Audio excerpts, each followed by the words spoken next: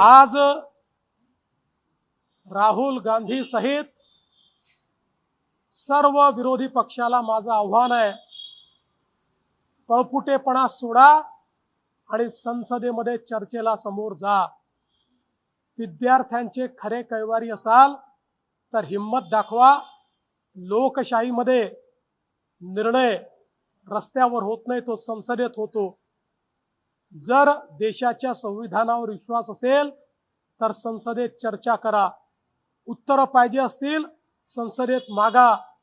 तुमच्याकडे जर काही कल्पना असतील, संकल्पना असतील तर त्या प्रत्यक्षात आणण्याकरता सरकारला मजबूर करा।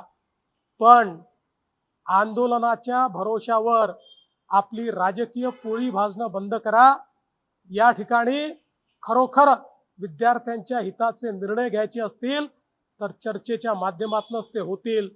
मोदीजींनी विद्यार्थी हिताला सर्वोपरी ठेवण्याचा निर्णय घेतलेला आहे आणि विशेषतः पेपर लीकच्या संदर्भात फास्ट ट्रॅक कोर्ट तयार करून या सगळ्या अपराध्यांना शिक्षा देण्याचा निर्णय मोदीजींनी केलेला आहे। मला असं वाटतं की या संपूर्ण प्रकरणामध्ये एक अत्यंत कडक भूमिका मोदीजींनी घेतली।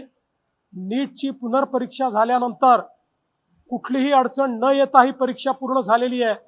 विद्यार्थी खुश आहेत, ते त्या ठिकाणी पास झाल्यानंतर सेलिब्रेशन्स करतायत। अशाच पुढच्या सगळ्या परीक्षा झाल्या पाहिजे, या दृष्टीनं ही चर्चा अत्यंत आवश्यक आहे। खरं म्हणजे आपल्याला कल्पना आहे, यूपीएच्या सरकारच्या काळामध्ये 8,000 कोटी रुपयाचं केवळ देशाचं बजेट होतं, ते आता 1,39,000 कोटीचं मोदीजींनी केलं आहे। IIT असेल, एम्स असेल, सगळ्या आयकॉनिक संस्थांची संख्या वाढवली, सीट्सची संख्या वाढवली।